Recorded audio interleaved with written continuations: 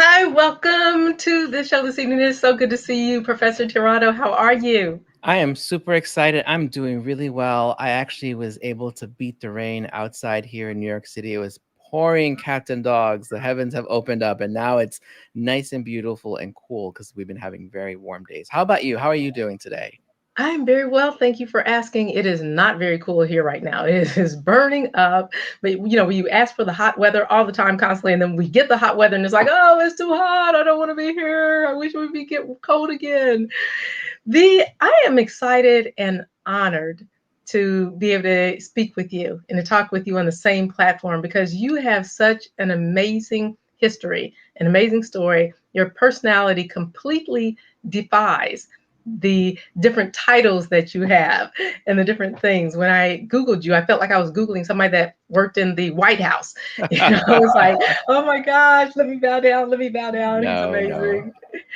What is an what is an industrial psychologist? What is that? What is that? What does that mean? Sure, absolutely. And I was like trying to remember if I turned the TV off because it just turned on all of a sudden. So, industrial psychologist is also known as industrial organizational psychologist or social organizational psychologist. They're interchangeable, they're different focuses.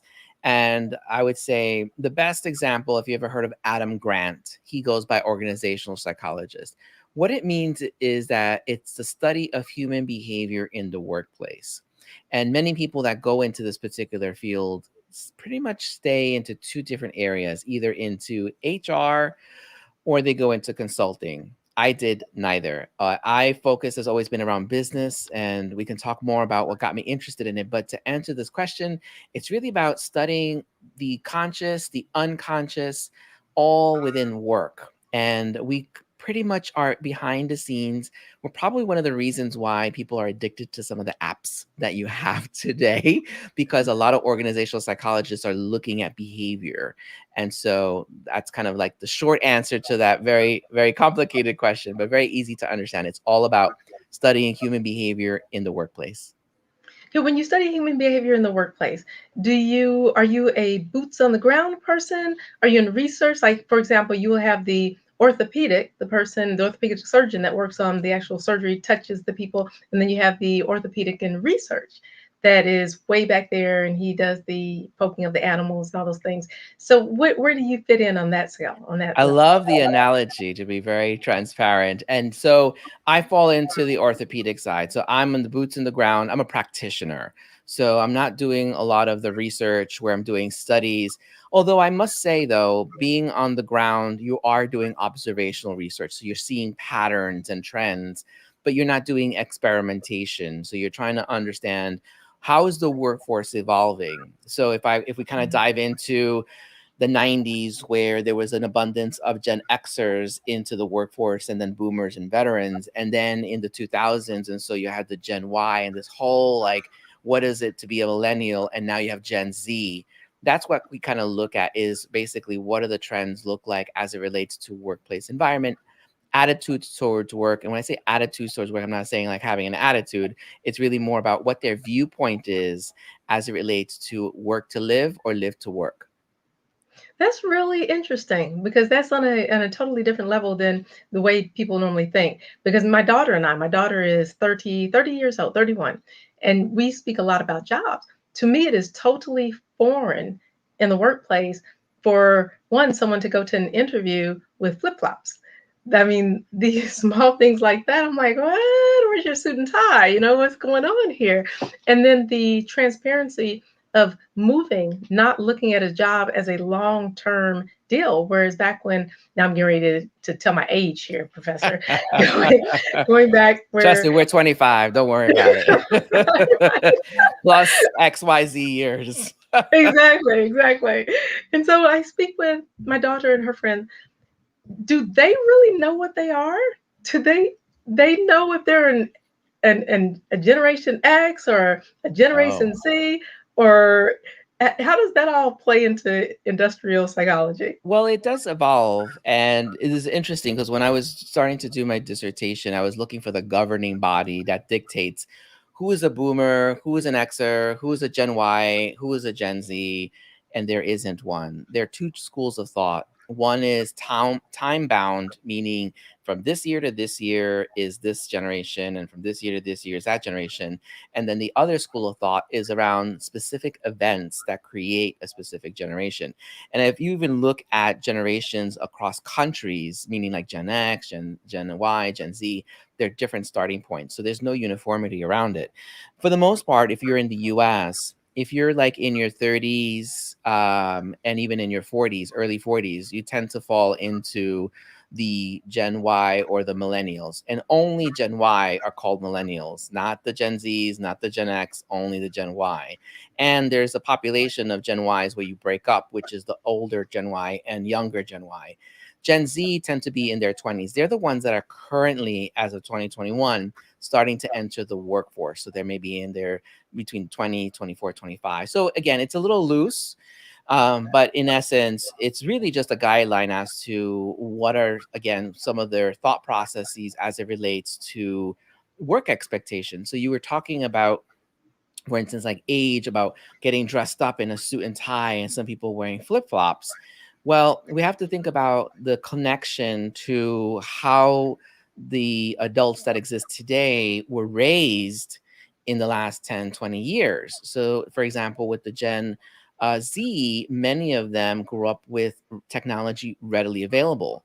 Whereas with Gen X, technology existed, but you're having like the first versions of those technology where you talk about like Commodore 64 or ColecoVision or Atari. That doesn't exist, for the population that fall into that Gen Z.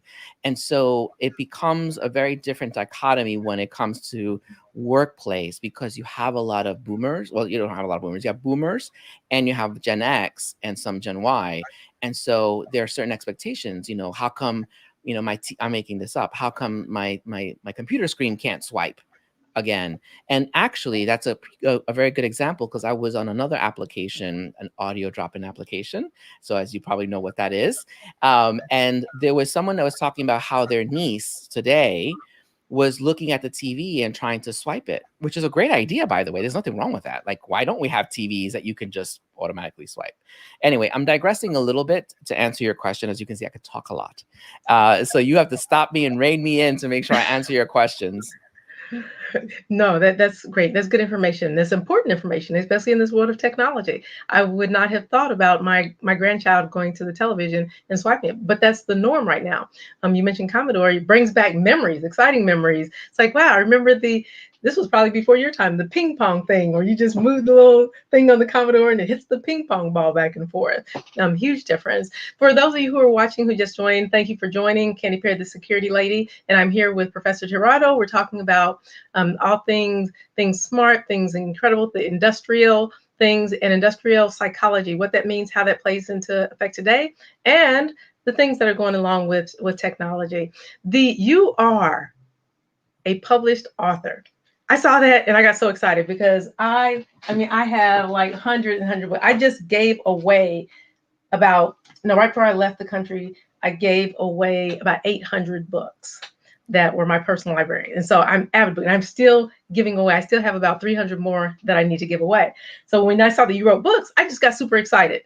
So we're going to take a look at one of your books in here. Which one is one of your favorite? What is the one that you put most work into? I know all books that people write, especially someone like you put a lot of work and thought into your books. But what's the one you want to start with to talk about? So I like to start off with the maximizing project success through human performance. And the reason why I like to start off with that one is because I designed my whole course, graduate course, on that particular one.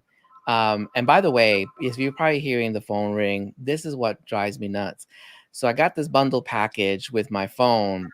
No one has that number. Maybe one or two people for emergency purposes, but I don't know how they got that number. But anyway, I can't. They keep calling me about children in school, like, as if I had a child. Anyways, I'm digressing a little bit. But regarding this book, the reason why I like the book, besides the fact that I created my course around it, is because Okay, it's hold that not. thought. Just hold that Yeah. thought just a minute, doctor, because I want to pull this up so they can see what we're talking about. I'm trying to see where that is. Where is it? Hi, Jeff. Thank you so much for joining us. We're here speaking with Professor Tirado about the amazing things that he does with industrial psychology, as well as the books that he's written. Okay, Professor, if you could help me out with this, it should be in the stream. It is in the stream, actually. So if you go towards the end of the stream, actually, it's between the water and the lock. Let me just see. Maximizing. There we go, right There you there. go. Yeah. Okay, for those of you who are watching, we're speaking about his book that he's written on maximizing project. Success through human performance. Fantastic. Okay, so thank you so much for being patient with me for that Yeah, quick no, of interruption. course, no worries. So this particular book I found extremely exciting to write because it was not just a book, it also has actual templates, it has workbooks. It's like a workbook basically that allows you to really understand the psychology of how groups form, how to, for example, there's a whole chapter on where to sit. So there's something called the power seat, and I'll talk about that as well here to just kind of share a little bit more. What does that mean and why is that important? Especially if you're managing projects. We're talking about managing projects and basically the human side of managing projects. And so many times when you're about to enter a room of people that you don't know, and you are now inherently the leader of that particular initiative, where you sit and how you're represented can hurt who you are or help who you are based on the seating arrangements. So if we take, for example, and let me ask you the question. Let's see if we can, if you will know this. And because I think most people do, and this is all about the unconscious. If you think about the power seat and you're sitting in a conference room and it's a rectangular table, where do you think the power seat is and why? It is at the head of the table. It's a rectangular table. It's at the head of the table, Yes. and it is so that the person can see everyone that's going on and speak directly to every single person that's sitting at the table. That's the way I've always thought. Well, you're right. And but it also ties into your childhood when you're eating dinner with the family. It's usually if whether it's the patriarch or the matriarch, whoever is the head of the household, is sitting in one of the ends of the table. So we inherently assume power is at these ends of the table. But taking it a step further, think about weddings or religious images where this power is at the center of the table, and the less the person is close to that person, the less the power is. So those are two power seats that we naturally associate. And why that's important is because it allows us to really then understand what type of messaging do we want to convey when we are entering and presenting ourselves to the room as to our authority of the subject that we're in there to present. So that's kind of why I like the book, because it talks about the psychology, it talks about the unconscious. It also goes through the Elizabeth Kubler-Ross's model of the 5 stages of grief and how you adapt change and looking at the user to understand what exactly is the project, how is it going to affect the end user, and what are the change aspects necessary to be able to be successful. Wow. That, and they can get this book right here in the carousel. Yes, Jeff, it is very interesting. Please, if you have any questions or for Professor Tirado, please feel free to ask him some of these questions. This is a rare opportunity. It's like having the President of the United States sitting right here in It's front so of you. funny. So, as any questions that you like, if you find a subject that you want to touch on, and Professor Tirado will be more than happy to answer some of those questions. The Grover, which book was it? The book that is, there's a book that's actually highlighted. It is, Professor, can you say that title again? I'm having difficulty Maximizing saying. project success through human performance. So this particular book is focusing on all around the psychology of managing teams, and it actually has built-in templates that allow you to step by step analyze and diagnose how the team is evolving to determine what strategies do you want to deploy to basically get them to do what you want them to do. So that's what psychology is to a certain extent about, is getting an optimal result based on the relationship. And we'll leave it at that. That put it in very good, understandable layman's terms for people like me and others who who are a little more, on the level. And that's another thing that is wonderful about you, Professor Tirado, is you know how to make things so simple and put it down so that anybody can understand it. Not everybody can do that. That's a leadership quality that is much lacking in our country. That okay, let's see. This next one is the Handbook of People in Project Management. So this book is a bit of a thicker textbook, and it was designed actually for the UK, for students in the UK, focusing on project management. And I would say that if you're looking to study project management, then perhaps get this particular book. I think there are different versions more recently of it. It's very dense. I'll be very transparent about it, and I kind of look at it as a textbook. That's why is a premium to the price itself. But nonetheless, I think if it's something that you're interested in learning more about, it is really thick. That's the one thing I will say. Whereas the other books are a little bit more of a easier read and digestible. So if you're looking for something that's a bit more technical, then this book would be the one to really consider in picking up. So would you say this one would be a good one for a person that's actually in a corporation, that's actually managing people already in that position or considering being in that position, more so than the person that is go in 8 to 5, hit the clock, get out of there? Would you say it's more along those lines? I would say so because it's really like a 101 book, and it gives you all the things necessary on how to manage projects. So it goes through a wide range of different experts in this particular Mm. field, talking about what are the ways of being able to evolve a particular project itself.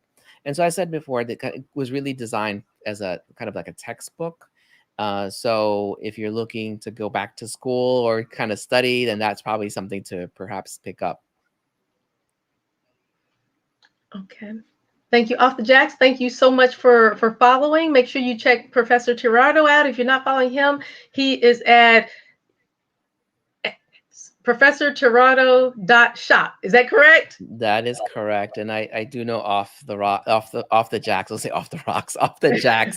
By the way, off the jacks, I added what you asked for into my follower request, so hopefully you were able to take a look at it.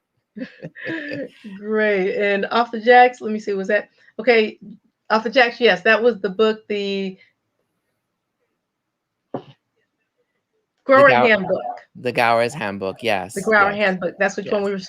we were Yes. speaking about, Off the The Jacks. one that I would recommend that people pick up if you are looking to have something to use now, that is not going to really put a strain around not only resources, but you want to be able to just make it happen, I would say is the Project Manager's Notebook, which is designed for non-project managers.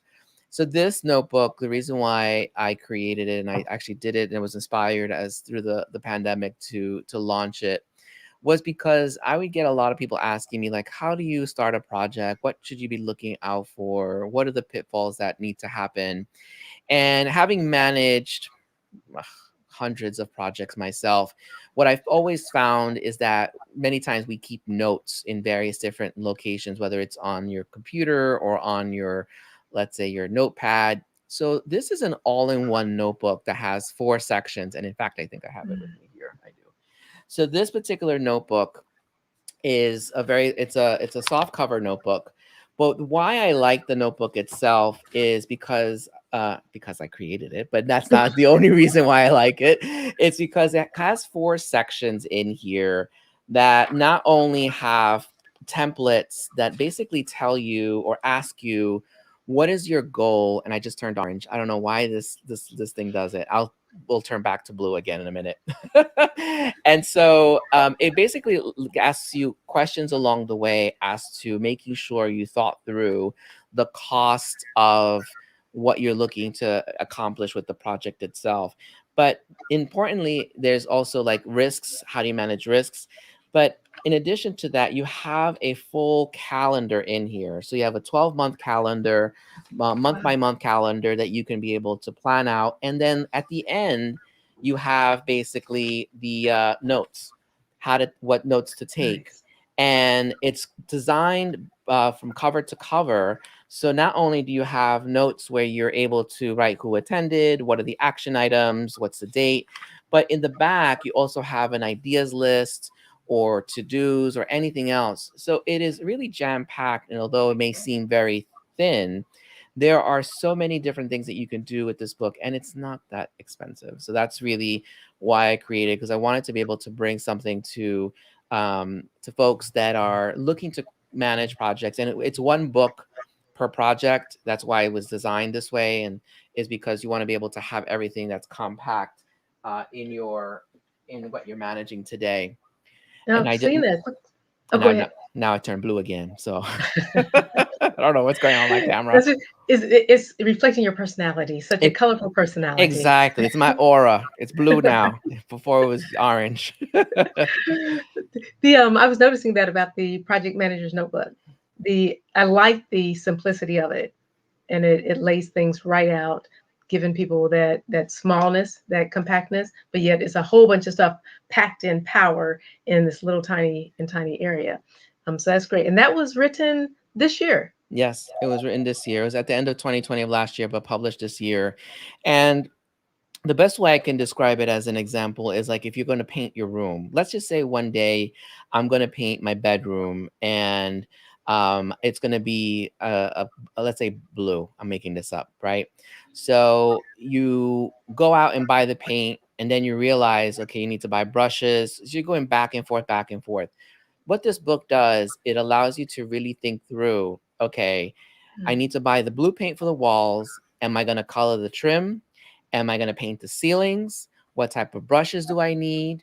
And then add all of that up to say, okay, I expect this to do this over the weekend, but you know what?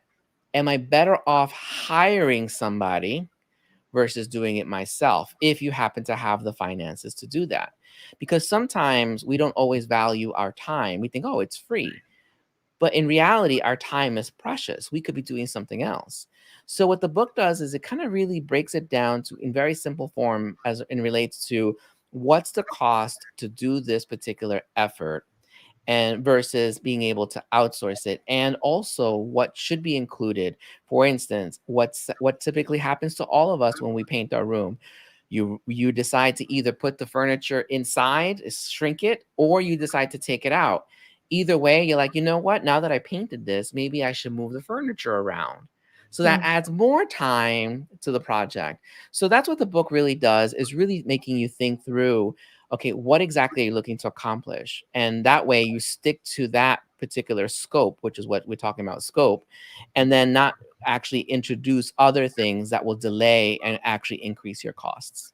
Wow, wow.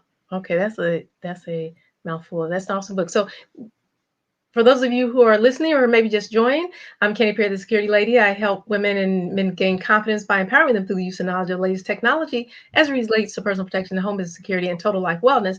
So here speaking with Professor Tirado, who is the man of the century that you want to know if you ever felt a need or desire to get close to the President of the United States, No, yeah. then you are right here with that type of power, information, knowledge, and presence. So I'm honored again to have you here, Professor Tirado, speaking about your books, what you've authored. You're just an amazing person, making a tremendous difference on so many levels.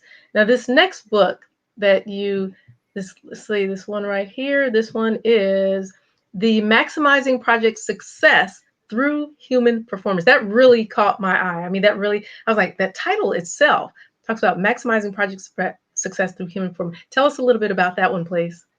Well, we just covered that one, and that was the book regarding the different templates. I think which one we wanted to cover perhaps was the leadership book, which is helping others to Oh, succeed. you're absolutely right. But I am happy to repeat it. And by the way, I accept the flowers. Thank you so much. I'm so happy to be able to be here and be able to share any insights that I can. Albeit that I'm feeling a little blue right now. I'm going to shut my lights on and off. I don't know what's going on with this camera. It bugs me. So give me 1 second. So I won't Take go your time. completely dark. But this particular book, I was inspired, as you can see, there's a difference, was inspired because when it came to leadership, I wanted to really find really like thought leaders in this particular space that allowed me to really share best practices around what it means to be a leader. This was written many moons ago. So even though it's been written many years ago, a lot of the concepts still apply, especially when it comes to leadership. It really hasn't changed over the last several years. And so a lot of it has to do around how we actually cultivate talent. How do we actually make sure that we have the right processes in place, and also attitude when it comes to leadership to really empower people to grow and learn. And that's the challenge. I think many times what happens is that people assume that or yeah, there's an assumption that because they want more money and they want a higher title, then therefore they should be a leader. And then when they get into that leadership role, they realize, you know what, I don't want to lead people, but I want the money and I want the title. And that's where it becomes a bit of a challenge, and it still exists today, where a lot of organizations, and I'll pick on sales for the example here, where you may have somebody that's an expert who's fantastic at selling, who can get you the $1 million into the organization. But because of that, senior management says, okay, well, if they can bring $1 million, then they can actually be a leader of a business unit and teach all these people. But it's not in them to teach, it's not in them to lead.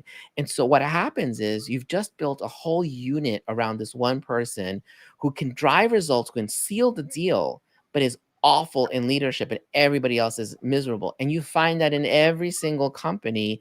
Well, I don't say every single one, I'm now generalizing, but you find that in majority of companies where you take talent, you put them in these positions, and they're great at one thing, but you're expecting them to do all these other things that in the end they may not be well equipped to do. And so that becomes a bit of a disservice to the employees, as it relates to being able to lead. And I think that's where it becomes a bit also a challenge, because when it comes to leadership, someone who is really truly in leadership is about service. It's about empowering others, it's about teaching others. Many times it's about having others get promoted above you. And so that's where I think it's really related to letting ego go and making sure that you are wanting to be in that type of situation. And I don't know who this is. It says Italian Village. I don't know what Italian Village is calling me, but Italian Village is calling me from somewhere. But anyway. That is really serious, and it looks. I mean, the book looks so fresh. And leadership. It defies all ages. It defies all time. The principles of leadership basically stay the same. And the way that what you just said about putting somebody in a position where they really don't belong, and also what you said about a person's desire to be a leader, especially when they don't understand it. I was that person at one time. I wanted to be a leader. I wanted to do this, do this. And then when I found out the responsibilities of certain leadership things, it's like, that's not me. I'm a leader in a different way, but not in that. You mentioned the getting there and building something, not for that person. I remember a situation where I wanted to be, everybody said, you'd be a good K9 officer. You'd be an awesome K9 officer. You're small, you're quick, you can do this, you can do that, you can lead this. And I was like, wow, how cool. What person doesn't? Any person that wants to be in law enforcement, even young people, they want to be K9, have the dog chase after people. And so I made it like, I was like, yeah, they're right. I'd be an awesome K9 officer. So I went ahead, did all the training, went through everything I needed to be, became a K9 officer. Oh boy, I didn't want to be a canine officer. No, I didn't like it. I didn't want the dog with me all the time. He slept with me. He ate with me. He drank when I had to put his dirty, furry, wet body in the car when it's raining. It was horrible.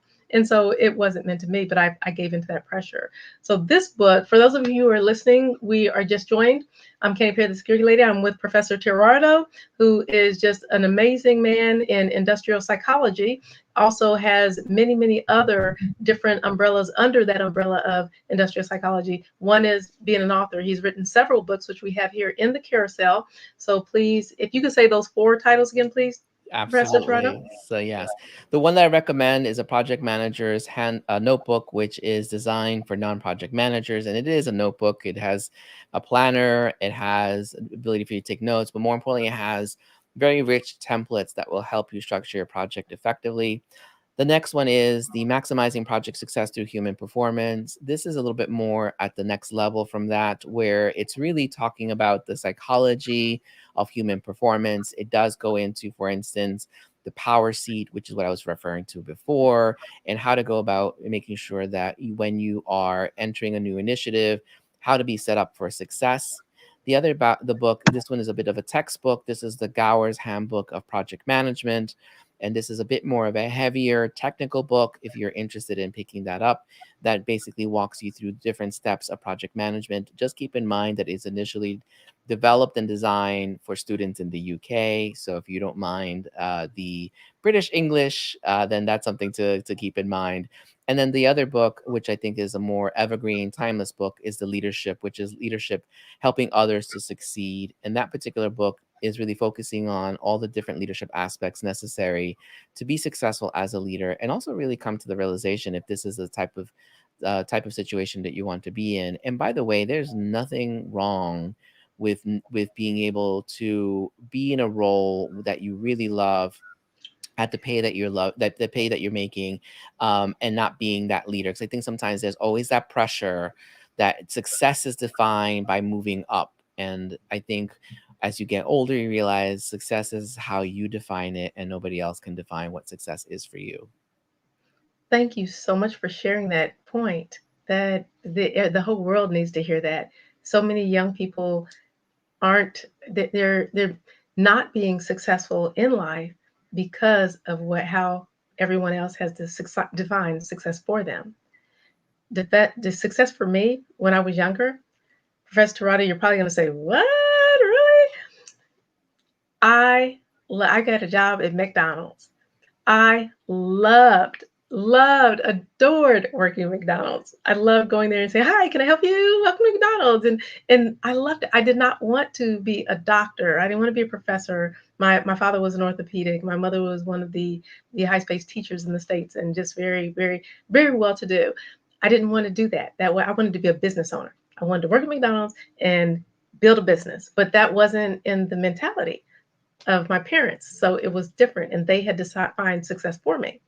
Years later, I realized, wait a minute, I'm not going to let go to that anymore. I'm gonna be Nikki Giovanni says, my daddy gave me a drum and I beat it hard and fast. I told daddy I'm going to beat out my own rhythm. And that's what she did. And that's kind of what I said in Things Flew. So thank you for this leadership book, helping others to succeed, for your mission and things that you're doing to helping people, because you not only have done that as a profession, Professor, and in the short time that I've known you and watched you, you do it as a lifestyle. Helping others is not just what you do, it's who you are. And it's obvious putting out there. So I think the world is just so much better because of you, and that you're a part of that. Now let's switch gears just a little bit over to the other brilliance of Professor Tirado. Sure. You have this tech sense that is just like sitting there listening to you is like, man, the guy's a genius. He can people ask you questions on Bernardo Tirado shop. So everyone who's listening, if you just joined us, this is Professor Tirado. His link for his Amazon link is Bernardo Tirado shop. Go check him out. He's got this woof woof thing, this fluff thing, that fluff thing that you have in your shop. Oh, you mean The Professor Tirado, that shop you're talking about? Are you talking about the toy, or? the dog thing. Oh The yes. So my shop is in full transparency, and I'm just gonna sound really bad, and it's not really meant to be bad. But you work really long days, long hours. Sometimes when you get home, you just want to put your feet up. You don't want to turn on the lights. You don't want to turn on this. You don't want to do that. And so, although someone may call it being lazy, I say you want to optimize technology and let it do all the work that you can for you. mm, And that's exactly what my channel and my shop is all about, is finding all the latest technology that would just make your life easier. And I also try to find it in a way that it's affordable, because many times we trick ourselves to say, oh, that's going to be too expensive to get X, Y, and Z. Like, there are certain things that are very expensive. Like, I found a grill that is actually Alexa enabled. I was blown what? away. Yes, I have to send you the link. What? Now, mind you, it's several $1,000s. But I believe that the marketplace is lending itself to basically create more of that type of product that's going to be affordable. It's just like the flat screen TV. Hmm. 20 years ago, the flat screen TV was like $5,000-$6,000 for a 50-inch. Now you can get it for $308 at the Toshiba one, which is by the Prime's deals, which I'm hoping you have in your shop, I in do your not. carousel. I do not. Come on, security lady. $308 for a 50-inch screen TV by Wow. Toshiba, and it has a Fire TV stick and whatever connectivity, 4K. What? Anyway, that's not the point. The point I'm making is that my channel and my shop is all about making your life easier through technology itself, and I do think that they're very economical and budget friendly ways. And there's also expensive ways too. And I can also talk about top of the line.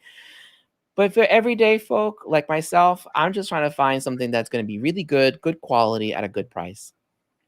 And what made you do this? You have the Professor Tirado over here. That's the education, the all the what do we call it? All the abbreviations after your name over here, and then we have the fun-loving, just down to earth Professor Tirado over on this side. What made you go to the helping people with technology on that end?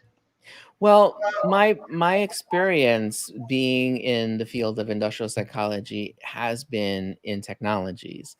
So when I was mentioning about industrial psychology, you either go into HR, you go into consulting. I didn't go into either one. I was always in the business. And my focus has always been around how to transform organizations through technology. So I'm the person that comes up, oh, you know what? It'd be great to automate this person's job. So Wow. this is the work that I've been doing for several large Fortune 500 companies for, I don't want to say decades because I'm going to age myself, but yes.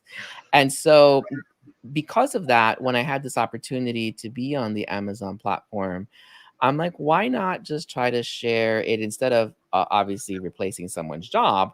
Why not? Well, yeah, why not replace the person that has to clean the floor? Using the iRoomba vacuum cleaner, or why not? Have to have a pet feeder like the Pet Safe feeder. So the one that you're talking about, which is this little toy, the Furbo, that I just added onto my shop, the reason why I liked it is because I have a small dog. She is 16 years old. Well, I keep saying she's 16 on 17. I got yelled at the other day. She's 15 going on 16. It doesn't matter. She's a mature lady that's been with me for all these years. And yeah, she's ultimately spoiled. But I also think that when you move around with pets, separation anxiety does become an issue. And so for the Furbo, which is again in my shop, the reason why I selected to do a review on it is because it actually dispenses a treat. It allows you to, it has full 1080p, full HD vision, and also has night vision. It has two-way audio, so you can hear if your dog is barking, and you can talk to your dog if your dog is receptive to audio, because some dogs are not, others are. You have to test that out. And more importantly, it connects to Alexa. So you can actually ask Alexa to give your dog a treat. So that's where I kind of, when I think about the products that I talk about, it's not just specific to TVs or smartwatches. It's all things that are going to be making your life easier, like an Alexa enabled a sprinkler system, irrigation system, that all you need to do is attach it to your current one. And you're able to tell Alexa to turn it on or turn it off. So it also helps conserve water, for instance. So I could talk about this for my many, many, many hours. But the point here is that because my background is in technology, I'm always looking at these types of products that again are meant to make your life easier. Well, you're doing a really good job. And I'm getting ready, I'm putting here, let's see, Bernardo Tirado dot shop, correct? No, Professor Tirado dot Oh, shop. I got that all wrong. That's okay. And if you're watching and you see me clicking my ears, it's because my headsets for some reason are not sitting with me well. I usually like to have the headset so I can hear, otherwise I get feedback, and either my ears got bigger or I need to change the things inside because it's not staying where I want them to stay, but it is what it is. No, it's not obvious at all. Okay, come on here. Dot shop. Okay, I'm putting that link in here for all of you who are looking here. Please go ahead, click that link up there. I think it's over there, and follow this page so you can see here and get notified on the greatest things that we have coming up. We're going to have some super secret James Bond spy products on my next live. So go ahead and follow that button so you can be notified. This is Professor Tirado. Again, if you have any questions that you want to ask, go ahead and throw that in the shop. Here's his link. And now I'm sending you this link under the condition of, there's a qualifying condition here. You go to his link, you check out his shop, you get that furball thing if you have a pup. What's it called, Professor? It's called Furbo. Actually, it's called Furbo, yes. Furbo. Get Furbo. It's the cutest, most amazing thing. Doesn't it throw out the food or something? It does. It throws out the treat. Actually, it was seen on Ellen, so they've actually displayed it there as well. So it looks to be a very popular, I would say, I want to say toy, but basically a system that allows you to be able to monitor your pets to see what havoc they're causing when you're not at home. Right, that's amazing. Technology is amazing. Check that out. And that grill, do you have the grill in your shop as No, well? I do not have the grill because as I did have it again, I did showcase it in one of my lives, but again, it's really pricey. I usually I'm always looking for the latest technology, but as I said before, usually they're in the beta stage or they're the first stage. And so we have to kind of wait to see what exactly, more as more manufacturers start to create it. Like I even saw one that was sunglasses that have in the side of I'll use my glasses on the arm of the actual sunglasses, there are speakers that are built into the sides that you can listen to music. I was like, and it's made by, I think it's made by Bose or Ray-Ban. I forgot who made it, but I was like blown away by it. So yeah. Awesome, awesome technology. Okay, thank you very much. Do you see that link? I just posted the link. I did, yes. It's a strange color. Is it coming out? On your side is probably coming out like a dark gray, isn't it? No, it's coming out like a teal blue. So I just wanted to Oh, make sure. I've never seen that before. So that's different. No, I see it. That's how amazing you are. You just colorful. You're just colorful today. You turn orange, and then you turn blue. Exactly.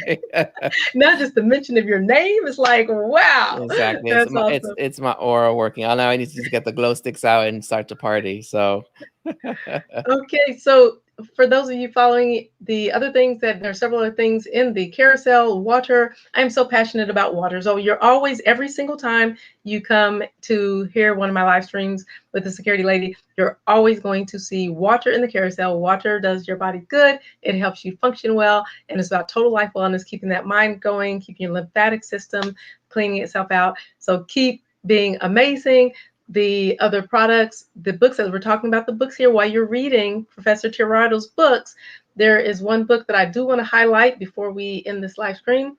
I think it's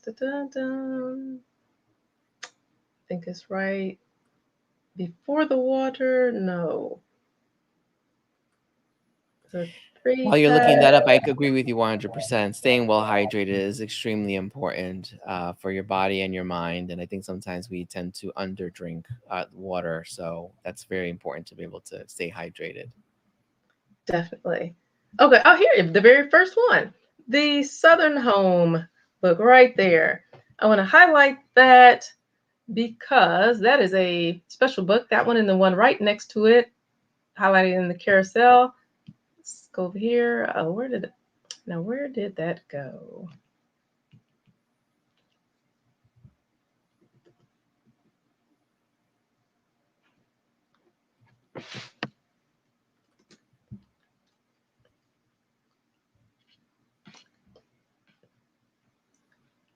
That book is a safe book. It's something to hide your important things like your glasses as you're reading. If you need to have reading glasses while you're reading Professor Tirado's books, put those in there so the grandchildren don't get a hold of them and start playing doctor and all kinds of fun things with your reading glasses. Also, any extra cash you may have, I don't suggest that you keep your cash at home, but everyone does it. So if you have some, make sure you have it well put away so that somebody doesn't run off and buy things that you needed your money for. And any other little good things, your medicine, if you need to put that up, there's small things that you can use, hidden safes to put those products in. And then the second one as well, hidden safe, it also has a key that goes to it and a lock that goes to it to keep safe. Professor Tirado Thank you so much again for being on the stream. Are there any last words that you would like to say to our amazing people out here who are watching? If you're interested in reaching out, if there's anything that I can do and be of any sort of service, feel free to reach out at Professor Tirado. I am pretty much on every single social media. I'm on Twitter, TikTok, LinkedIn, Clubhouse, YouTube. Am I missing Instagram? The only one I'm not on is Snapchat. So pretty much on every single one. So whatever is your mode of communication, feel free to reach out. My DMs are open. You don't need to slide into them, but my DMs are open if you want to go in and say hello and want to ask any questions. So feel free to do so whenever you're need to.